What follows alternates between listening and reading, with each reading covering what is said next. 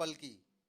शायद सपा सांसद doctor ST. Hasan राजनीति की भाषा समझने लगे हैं और यही कारण है कि वे अब डॉक्टरी को कुछ हद तक छोड़ते हुए अब बेतुकी की बातें कर सुर्खियों में छाए रहना चाहते हैं। आइए सुनाते हैं सपा सांसद का बेतुका का एक और बयान। भारत सरकार पर तंज छोड़ते हुए कहा, शरीयत में छेड़छाड़ से आई आसमानी आफतें।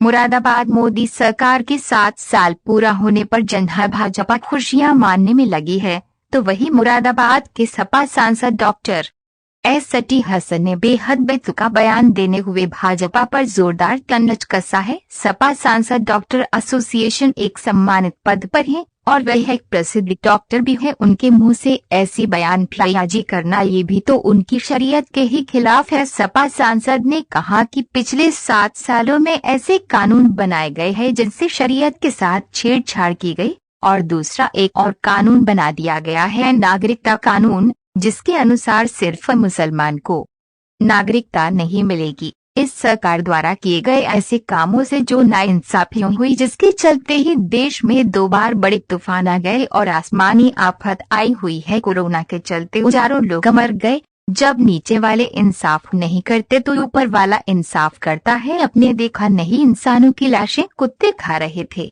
और लाशें नदियों में बहा दी गई। शमशानों में लकड़ियां कम पड़ गई। आखिर किन सी सरकार गया ये? क्या सिर्फ बड़े लोगों के लिए ही है? सपा सांसद डॉक्टर एस.टी. हसन इतने भर से ही नहीं रुके। उन्होंने कहा कि जिस तरह की सरकार है और हाकिम है, उन्हें अंदेशा है कि आने वाले समय में और भी आसमानी आफतें आ सकती है। ऐसे एक सम्मानित पद पर बैठे समझदार पढ़े लिखे इंसान के मुंह से ऐसी बातें क्या शोभा देती हैं? ऐसी शर्मनाक बातें तो शायद कोई अनपढ़ व्यक्ति भी नहीं कहेगा।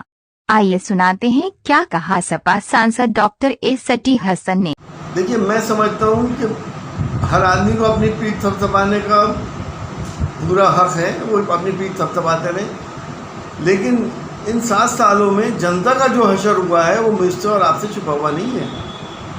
जिस तरह से नाइंसाफ़ियाँ हुई हैं 7 सालों के अंदर, जिस तरह से डिस्क्रिमिनेशन हुआ है मासेस के बीच में, चाहे वो नौकरियों का मामला हो, चाहे लाइसेंसेस का मामला हो, चाहे और भी बहुत से मामलात हों, कि उसके अंदर जितनी भी नाइंसाफ़ियाँ हुई हैं, चाहे ऐसे कानून बना दिए गए हों जिसमें शरीयत के अंदर मदाखलतें हुई हों, चाहे ऐसा कानून बना दिया गया हो जिसमें दुनिया के सबसे बड़े लोकतंत्र में पर्टिकुलरली एक कम्युनिटी को कह दिया गया कि उनको नागरिकता नहीं मिलेगी, यानी कि मुसलमान को नागरिकता नहीं मिलेगी, बाकी सबको मिल जाएगी। तो ये जो नाइंसाफ़ियाँ हुई हैं उसके एवज़ में आपने देखा कि हमारे देश के अंदर आसमानी आफतें कितनी आ रही हैं। 10-10 दिन में 2-2 तूफ़ान आ गए।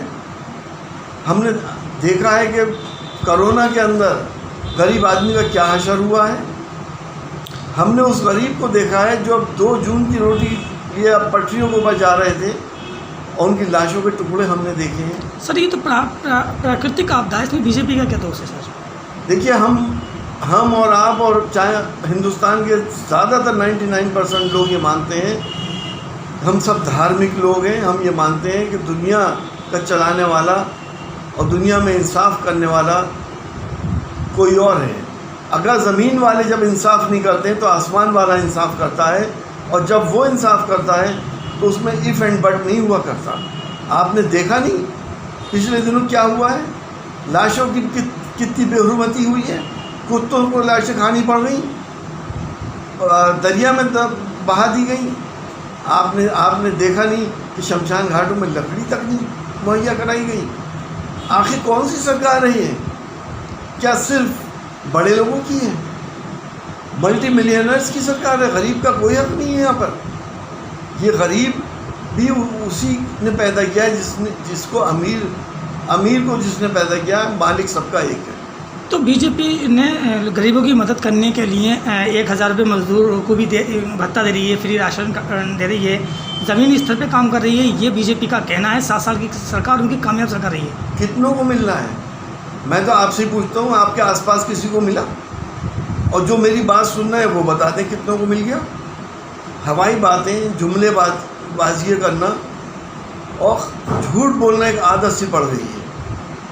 हकीकत, ज़मीनी हकीकत हम सबको मालूम है। एक वक्त की रोटी मिल जाती है तो अगर दूसरे वक्त फाक़े हो रहे हैं लोग। वो ज़मीनी हकीकतों को सरकार को देखना चाहिए। जो बेवाएँ हो गई, जो यतीम हो गए, जिनके घर से कमाने वाला चला गया, जिसके घर का चिराग उजड़ गया, उसको पूछने वाला कोई है आज? डॉक्टर साहब आपसे लास्ट सवाल है, मुरादाबाद में 5 प्लांट ऑक्सीजन के लगने जा रही है और बीजेपी की देन है, क्या कहेंगे? अभी तक क्यों नहीं लगे थे? 21वीं सदी के भारत में जब दुनिया कहाँ से कहाँ जा रही है, क्या ये हमारे और आपके लिए शर्म की बात नहीं है कि हज़ारों लोग ऑक्सीजन की कमी की वजह से तड़प तड़प के मर गए? किसी और मुल्क के बारे में आपने सुना है सर?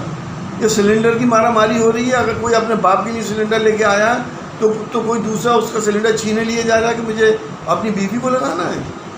कभी सुना है आपने?